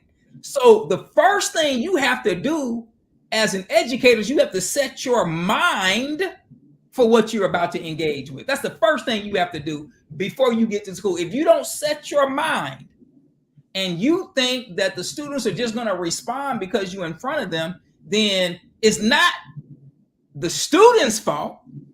It's really your fault because you have not set your mind for what you have to deal with. So that's the first thing you have to do as an educator, right? The second thing you have to do as an educator is you have to bring, now again, I told you that they were made savage, right? The reason that I was so successful as a teacher is because I transposed everything that we were taught by the most honorable Elijah Muhammad and the minister into the classroom. Did I go in the classroom and say, y'all need to be Muslim? Absolutely not. I never did that, and I didn't have to. I said I transposed everything that we were taught into the classroom. What do you mean, brother, transpose? Well, I knew that I was dealing with a people that had been made savage, right? So if you're dealing with a people that had been made savage, then you have to bring them into an environment that is orderly. If you bring them into an environment that is disorderly, then you are contributing to the chaos that is already in their mind. So now, what does that mean? That means that you have to bring them into a structured environment, and you have to communicate the structure to the student. Do you understand? And whatever structure you communicate to the student, you have to enforce that. I'm gonna give you some examples. So, for example, and of course, sister, I didn't know this like every day. Like I didn't know this the first day. This is from years of being an educator. So, brothers and sisters, I stood at my door every day as a teacher and greeted every student that came in the classroom. Why did I do that? Because I transposed what I learned in the mosque into the classroom. I wasn't searching them at the door, but I was searching them at the door. So I stood at my door the same way when we stand at the mosque. The mosque is showing you, right? It's a pattern of how to do it. People can't just come to the mosque and just walk in how they want to walk in. Absolutely not. There's somebody at the door to check you at the door. And if there's anything wrong, then you're getting checked right at the door. And then there's a process you go through, and then you come. You can't sit where you want to sit. You can't say what you want to say. You can't do what you want to do. You're instructed to sit in a certain place, right? So you taking the people who've been made savage, and what are you doing? You're putting them in an orderly environment so they can do what? So they can learn. Certain things we don't allow in the mosque, because if we allow a gun in the mosque, it interferes with the learning process. If we allow the sisters to sit next to the brothers, what does it interfere with? The learning process, because the Messiah is a teacher.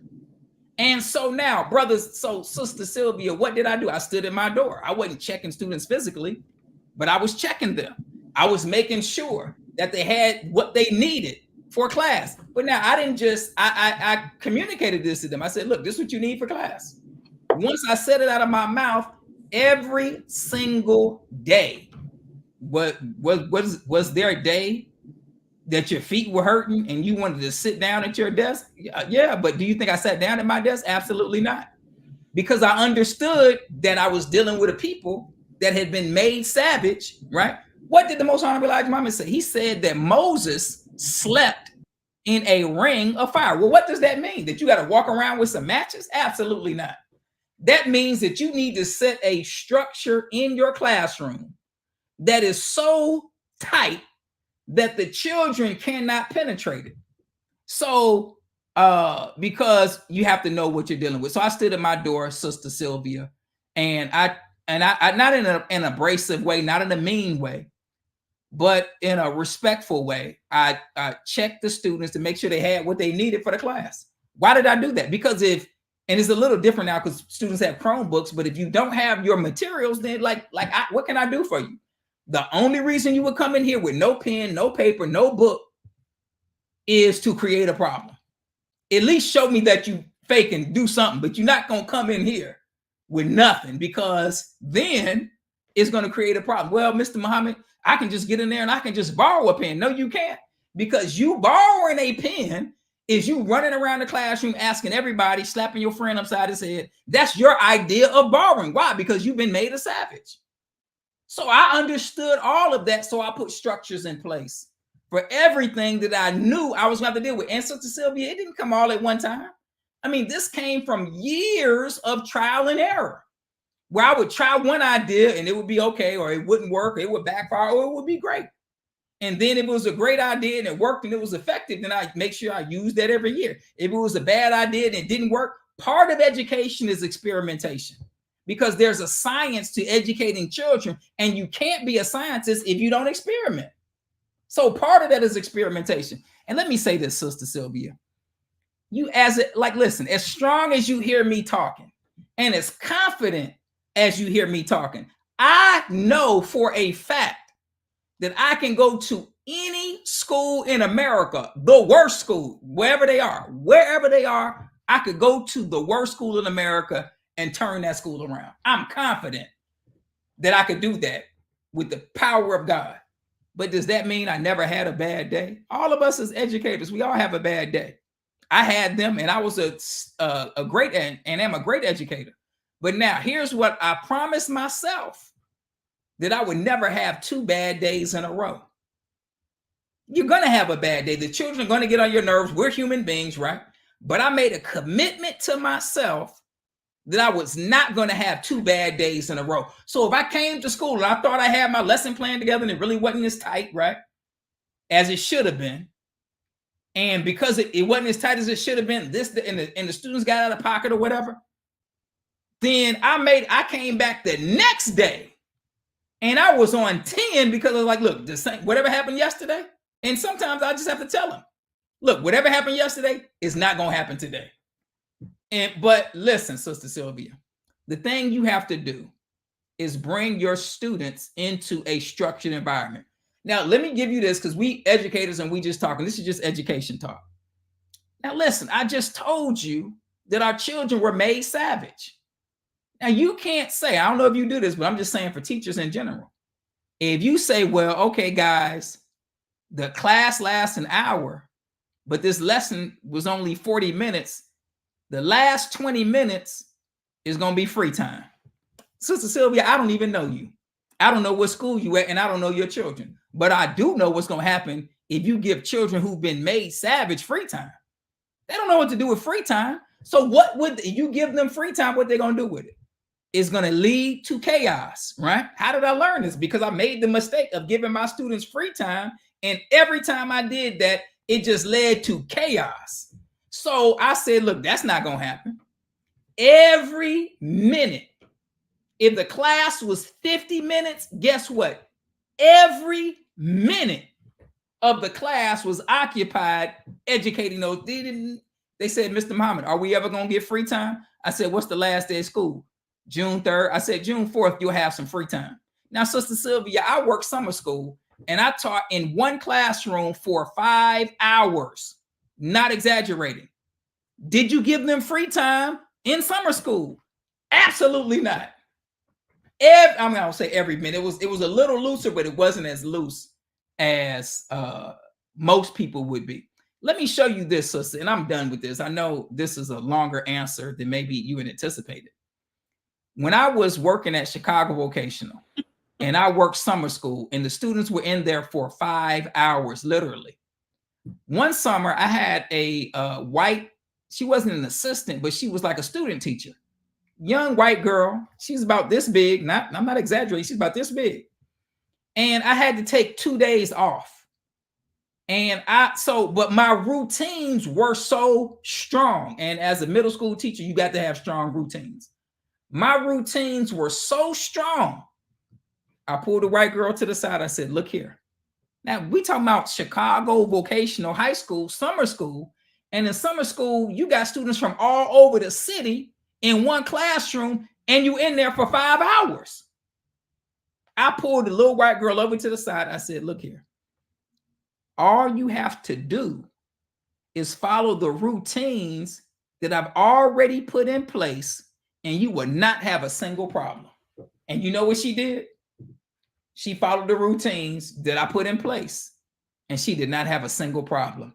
So, Sister Sylvia, the work that we do is difficult because we work with the public. This is why you have to pray, of course, and you have to set your mind for the endeavor that you're about to engage in, which is one of the greatest endeavors that you can engage in, which is the education of our children. And if you have a bad day, just pray to Allah and come back the next day and don't have 2 bad days in a row. Thank you for your question. Okay. Well, we'll put the next one up. more. Go. I don't see them, but go ahead. Oh, here's one right here. Okay. Arvince. Assalamu alaikum, Brother Arvince. My bad, my bad. So it Question. says, how do we, shall I read it? Yeah, go ahead. Okay. So it says, how do we make sure to fully protect the minds of our children from these satanic minds, knowing how strong the pull of this wicked world is on them? Brother Arvince, that is a great question. And I saw your comment earlier. I remember when I was your processing teacher. You know, I did teach processing for over 20 years in Chicago. And I remember when you were in that class, absolutely. Many of the greats were in those classes. So, brother, the question is, how can you fully protect the minds of our children? Brother Arvince, we live in Satan's world, so you can't fully protect the minds of your children because we live in Satan's world. If you riding down the street and you turn on the radio because you like the music, right? Before that, you listening to the radio on the way to school. They even gotten to school yet, and you've already exposed your children to the mind of Satan on the radio. Or you had a hard day at work and you give the son or daughter an iPad, right? And they watching YouTube videos or television. You see, so we can't fully protect, but we can put things in place to protect the minds of our children. So one thing, Brother Arvince, that I would say, and I'm saying this as a parent, I'm saying this as your brother, I'm saying this as a brother who has children who are now adults. And, you know, we are like every parent on here, you know, you made a bunch of mistakes. I'm raising my hand because we all did, right? We all made mistakes in trying to figure it out. And there's no one thing, there's no magic bullet, right? That will say, well, you know, you do this and you'll have Muslim children. There's no one thing. It's a combination of things. Or your children won't be attracted by the world. You could do everything, quote unquote, right. The world is attractive, right? It was made to be attractive because opposites attract. That is the nature of things, right? But now what I will say is that as parents, we do have the job to protect our children's mind. And I would say one of the greatest decisions that my wife and I made in raising our children is that we didn't watch television and we didn't allow our children to watch television. And I know this is a big one, brothers and sisters, because it's just so convenient to sit down in front of TV. But this is one of the things that we committed to. And a lot of these things that our children are into come from television. So I'm not going to say you have to go to that extreme. I'm not going to say that. But I will say what Master Father Muhammad said to the most honorable Elijah Muhammad. And that was that one day the Muslims would be entertaining the devil in their living room. And we know that when he said that, he was referring to the invention of television, which is exactly that. So I would say, Brother Arvince, is definitely limit the television watching. You know, Brother Arvince, I love rap music, right? That's the only music I listen to. I love rap music. But as a parent, whenever I would have my children in the car, the only thing, and my son, he's an adult now, he can tell you, the only thing they heard me listening to in the car when they were children, they were small, was the Honorable Minister Louis Farrakhan. As much as I love rap music, I just had to have discipline. So that was me trying to protect my children's mind from the satanic mind, right? Limiting their television watching, right? Limiting, because now I love the music, right? But I know the music has a lot of negativity, and I don't want my children to have access to that or listen to that, right? So I had to discipline myself not to listen to that music while they were in the car, right? I would always put on the Honorable Minister Louis Farrakhan. And then, so Brother Arvince and all parents, the public schools and Satan does not get the first crack at your child. They do not. The parents have the first crack or access to the minds of their children. We have to take advantage of the fact that we have that first access before we turn them over to somebody else. We have to take advantage of that. So I would say limit the television. Definitely, you know, you have to be disciplined with the music while they're in the car. And then when you get ready to send them to school, you have to make the choice. I'm not sending my children. Like, I work in public school, so I know what happens that most parents don't know the ins and outs of. So even before, I'm not sending my children to public school, but I work in public schools and I know how they put the needle in the brain. So I wouldn't send my child to a public school. If you ask me as your brother, if you would send them, I would not send my children. I would not advise you to send your children, because the very idea that you're trying to cultivate in them, the public school system is trying to destroy that, right?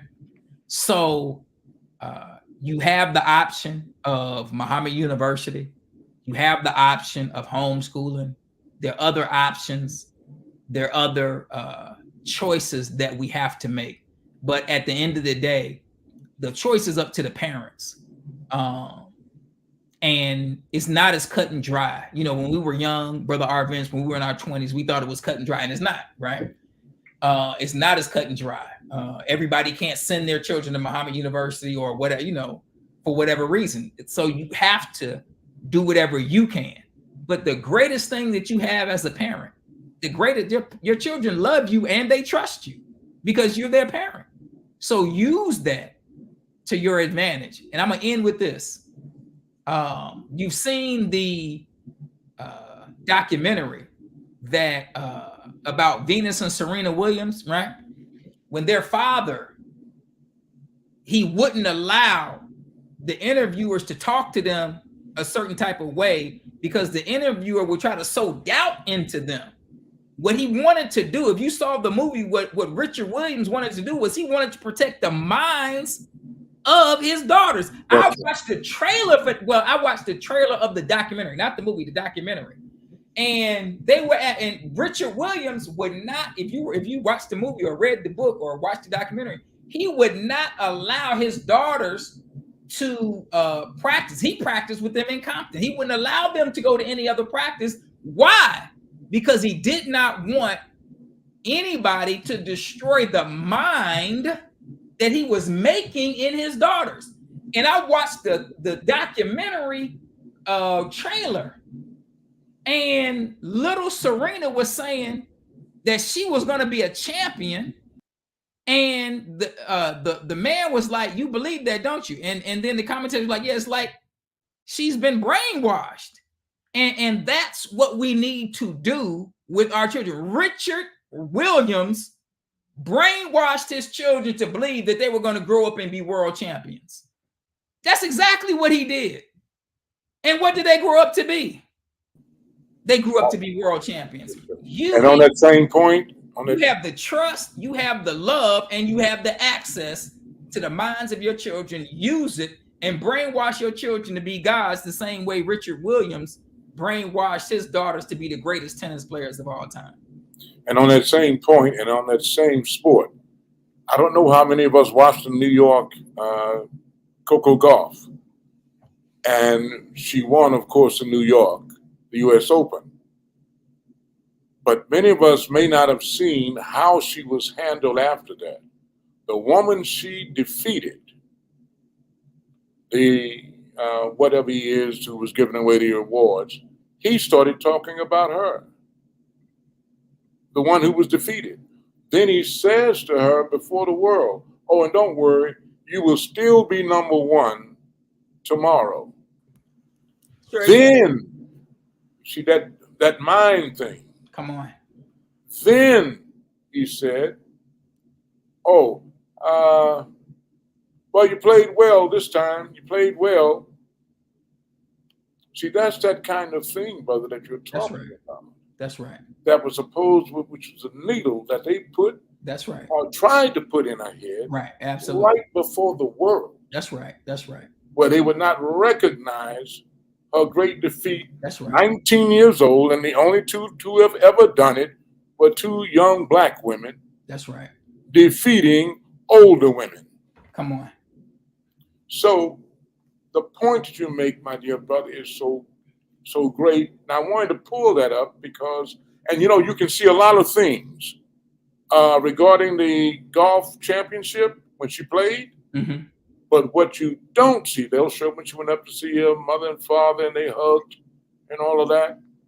And they'll show how what the reactions were, but they do not repeat what that man did. I can't find that anywhere, what he did. And we need to look for it, and if somebody can find it, post how they handled her. And then we see what happens in public school, in life itself, and as the people try to survive. That's right. And Brother Sultan, let me say this. See, you're a wise man, so you can see that, right? As a 19-year-old young woman, she probably can see that as well. But now, if your child is 6 or 7, that's right. That's why you have to be there, because you're talking about a 6, 7, 8, 9. They don't have the ability to see the ill intent of people who come at them that way to destroy their confidence. They don't have that ability. That's why they need you as parents to protect them from people that have that kind of mindset. So this is why, brothers and sisters, your children turn on school, but they can't, their children can't articulate what is happening to them. So it comes out, we talked about in the beginning, cause and effect. You see the effect. I hate school. I don't want to go to school. All I want to do is sit at home and play video. I hate school. What happened? You used to love. You asked the question. You used to love school. And you asking a 8-year-old, what happened? He can't articulate it. She can't articulate it. They can't verbalize what happened. I'm telling you what's happening. They are putting a needle in the brain of your black baby, and it comes out as I hate school because they know how school makes them feel. I came with all this confidence, like I was the greatest, and you are the greatest. They are the greatest because God lives in them. But then this teacher just tried to destroy my confidence or destroy I don't want to be here no more. I'm telling you what's happening. So let's go to the next question. And Sister Sylvia, I saw your question. In the public school system, it's very difficult to get parents to participate. And again, like Sister Sylvia, it's like you're in a hard job as a teacher, but you have to understand, just like the child has been destroyed, guess what? The parent has been destroyed too. So if you have these expectations that are unrealistic, the parents should do this, right? But you're talking about a people who have been destroyed by the enemy. Now, this is a difficult job because I got to raise the child. That's right. As well as the parent. That's I got to put both of them on my shoulders and take them to the finish line. Well, the Holy Quran says, Sister Sylvia, that Allah never puts on a person a responsibility or a duty that they can't bear.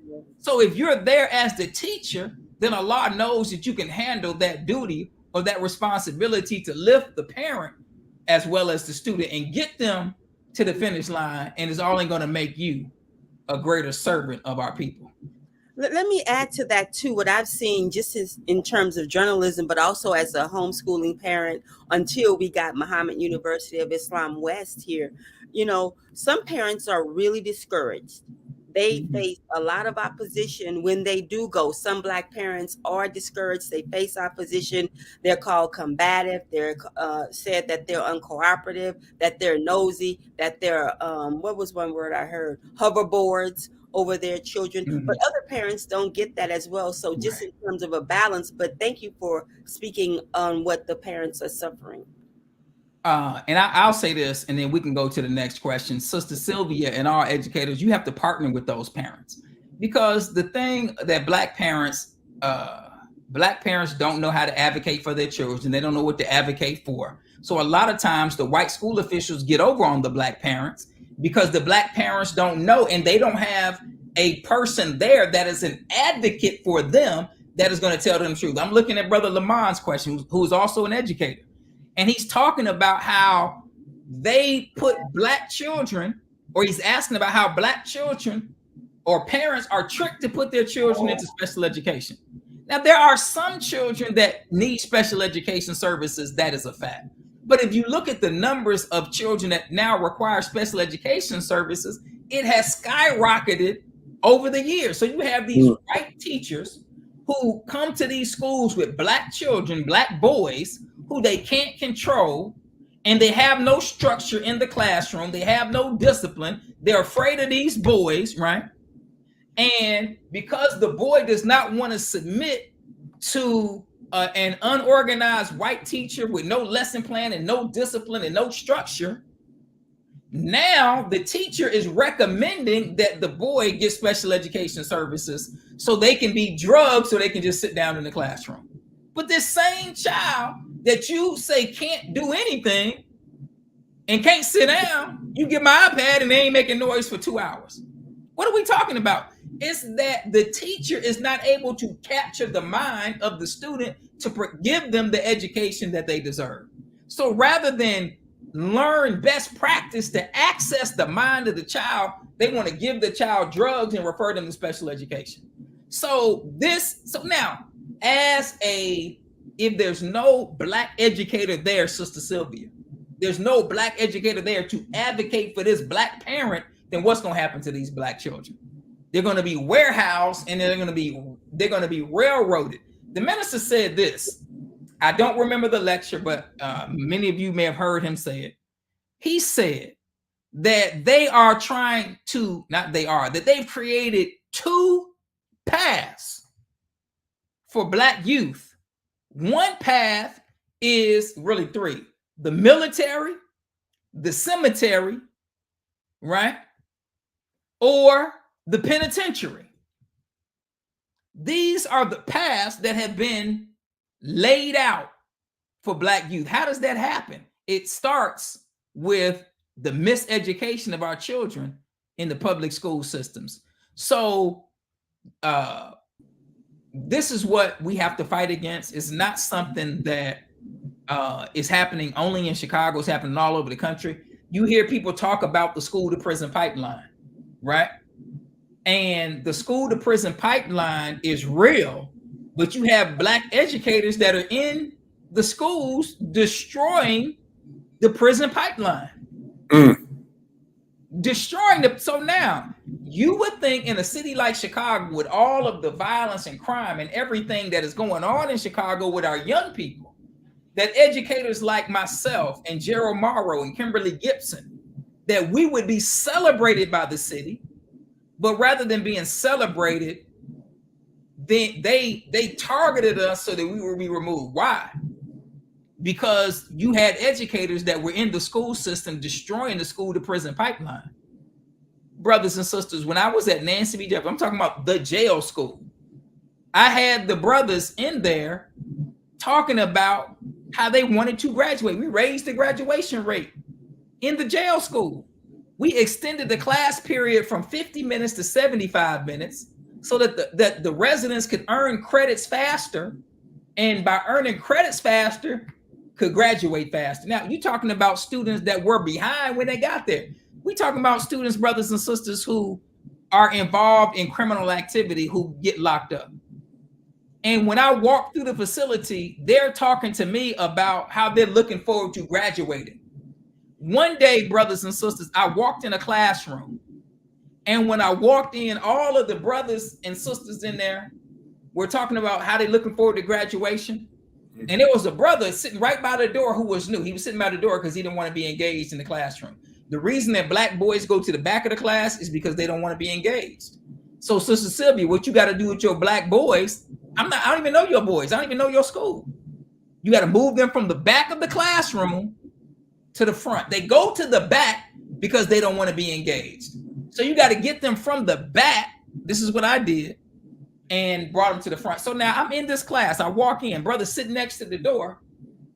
And this brother had never been to high school. He's 17 years old.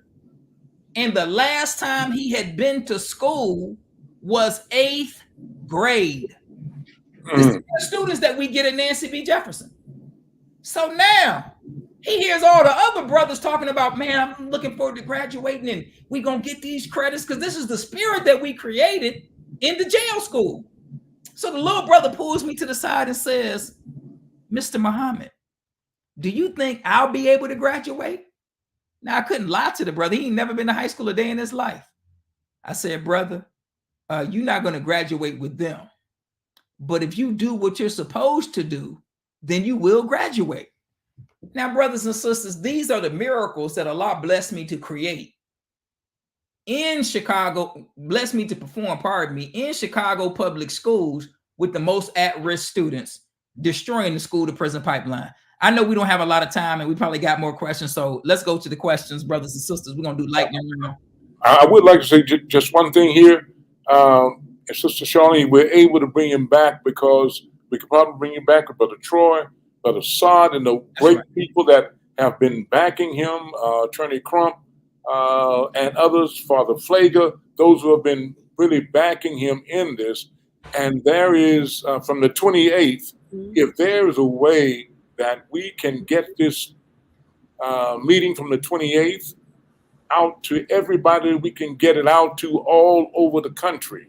Yes. And I think because this is, again, a national, and if people look into it in their cities, in their towns, they have the same problem. Yes, sir. We Yes, can sir. do something about it. Yes, sir. Thank you. We'll do that. Certainly will do my part. I'll show the flyer again, and there's a question. We have one more question I think we should take, or we could take, and then start going into closing remarks so that we're out on time. Praise be to Allah. Okay, here it is. So, from Brother Abdul's experience, it seems very plausible. Dozens of white teachers have funds from CPS ticket sales in their personal bank accounts with no risk of auditing. Sorry, that wasn't the question, but here is one. Samuel Clark, thank you for your comment, brother.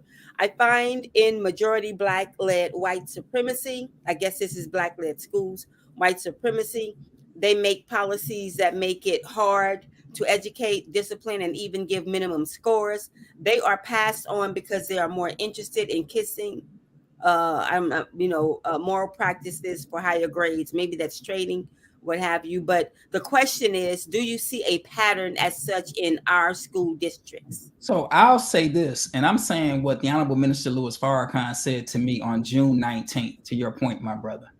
On June 19th, I had a meeting with the Honorable Minister. I was blessed to meet with the Honorable Minister Louis Farrakhan regarding, this trial that I'm going through right now. And one of the things that he said is that in the Caribbean, you have Black educators that are wearing white wigs. In the Caribbean, they wear the European wigs, right? He said the Black educators are wearing white wigs. He said, brother, they are tools of white supremacy. So, brother, to your point, you have Black educators that are wearing white wigs, meaning they think just like white folks. And there are some of our educators, not all of them, but there are some of them that are like that. And they want to please the powers that be. All of our educators are not like that, but you do have some that are like that. And I'll say this, brothers and sisters, in my 25 years in Chicago public schools, I've never violated the principles or went along, did the go along to get along, because I'm taught by the Honorable Minister Louis Farrakhan. And as his student, of course, there's certain things that I will not do. So those so-called Black educators, brother, need to be re-educated. They need to be re-educated and retrained so they can be of service to Black children. And they can work to lift Black children instead of supporting policies that hurt Black children. So thank you for your question, my brother. And to Brother Aaron's point, and I'll just say this, I know we're running out of time, but the one of the things, not only was I targeted by Chicago public schools because I'm a Muslim, because I'm a follower of the Honorable Minister Louis Farrakhan, this was their concern.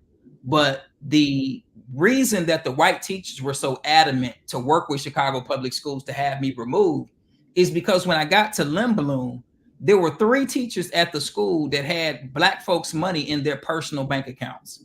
And when I found out, I did what any person would do. I held those teachers accountable. Now, some people will say, well, you can't hold white people accountable. And maybe that's true, but I'm not going to, on my watch, on my post, I'm not going to allow anybody to violate any policy, any rule that we know is wrong.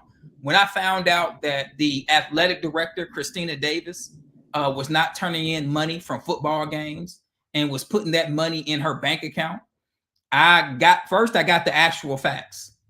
From the stadium director in Chicago Public Schools. I got the actual facts. They have a stadium report, and in that stadium report, it shows you how many tickets were sold and how much money was collected. And I, follow the Honorable Minister Louis Farrakhan. I try to follow him in everything that we do. And one of the things that we're taught, see, as Muslims, we don't go around gossiping and talking about people behind their back. We talk to them to their face. Like, you're not God. Like, who are you? So we worship no God but Allah. So I didn't go around telling people, oh, she's stealing money, she's doing this. No, I went directly to her. I only engaged with the people that were involved in the situation. So the clerk and the athletic director, the clerk is supposed to collect the money and make the report and give me the report. The athletic director is supposed to turn the money into the clerk so I can get the report. When that wasn't being done, I went to them directly. After they lied the first time, I said, well, okay, let me get the actual facts before I bring them in. Once I got the actual facts, I brought them both in my office and sat them down. And I said, where is the money from the previous football games? And they both looked me in my face and said, there is no money. I pulled out the stadium report. I gave each one of them a copy, and I repeated my question. I said, where is the money from the football game? The Black clerk knew she was busted. She didn't say anything. The white athletic director, Christina Davis, she said, oh, that's my money. I said, that's your money? She said, yeah, I brought change. So that's my money. I said, Miss Davis, it doesn't work like that. You're supposed to turn the money from the tickets into the school. She said, no, that's my money because I brought change. I said, Miss Davis, if you sold one ticket for $5, the $5 needs to be turned into the school. She left the office saying that was her money. She emailed me on Saturday because she knew that she didn't have a out. She emailed me Saturday and said, oh, I realized the error of my mistake. I'll have the money for you on Monday. So, brothers and sisters, I held white teachers accountable for what they were not doing for Black children. She was not the only one. I'll say this. There were 2 other teachers that had thousands of dollars of Black folks' money, thousands, not hundreds, thousands, in their bank account. I did them the same way. I brought them in. I didn't spread their business around the school. I went directly to them as we're taught by the Honorable Minister Louis Farrakhan. And I told them that you need to get that money out of your bank account and turn it into the school. So, brothers and sisters, in everything that we do, we have to follow the example. That's all I'm trying to say. We have to follow the example of the Honorable Minister Louis Farrakhan. In this fight that we want you to join, go on justiceforabdulmuhammad.com. We want you to join this fight. As you have heard, as you may know, that because I was holding people accountable, as well as I was a Muslim, right? As well as I was the first Black principal since the school reopened. These were all reasons that the seven white teachers and the Black clerk came against me and told over 83 lies to the Chicago Public Schools Law Department and had me removed. So we want you to join this fight. Go on justiceforabdulmuhammad.com, sign the petition, share the petition. You can get background information. There's videos, some background videos. You can get all of this information. We want you to put it out on social media. We want you to share with the public. The video that we did where I go through my history in Chicago Public Schools and the work that Allah has blessed me to do. Some of that is in this video that we want you to share with the public because we have to put the information out to the public so the public can join the greatest fight. Our people can join the greatest fight that we can be a part of. And the greatest fight is the fight for the minds of our children. Thank you, brothers and sisters, for listening. Thank you for your questions. Thank you for your comments. And Sister Sylvia, sister, keep fighting, keep educating our children. It's a struggle, but it's a beautiful struggle at the same time. That's right. That's right. Brother Abdul, thank you so much. Brother Sultan, a closing remark. Thank you. I'm really so happy that Brother Abdul was able to be here Mhm. and to give us this. There's so much more. If you will take a look, though, at that September 28th event, which Brother Saad Ali is there in that, and Brother Troy. How do you say his last name? LaRaviere. I'm sorry? LaRaviere. Troy LaRaviere. LaRaviere. Yes, sir. Troy LaVier, who was just astounding in what he's doing. They both are, of course, understand that Brother Saad Ali is taking. I'm sending this out all over the country to Yes, sir. all the people that I know, all the friends that I know. Yes, sir. Praise And God. we should all who hear this, and I see it continues to go across the screen, and you see it on the, you can scan. But this is our fight for our children. That's right. We should That's get right. it out all over the country, and we will make happen what needs to happen. That's right. And I'll just say this real quick, Brother Sultan, that we have filed a lawsuit that Brother Saad is the chief attorney. You know, the Honorable Minister Louis Farrakhan called him God's attorney.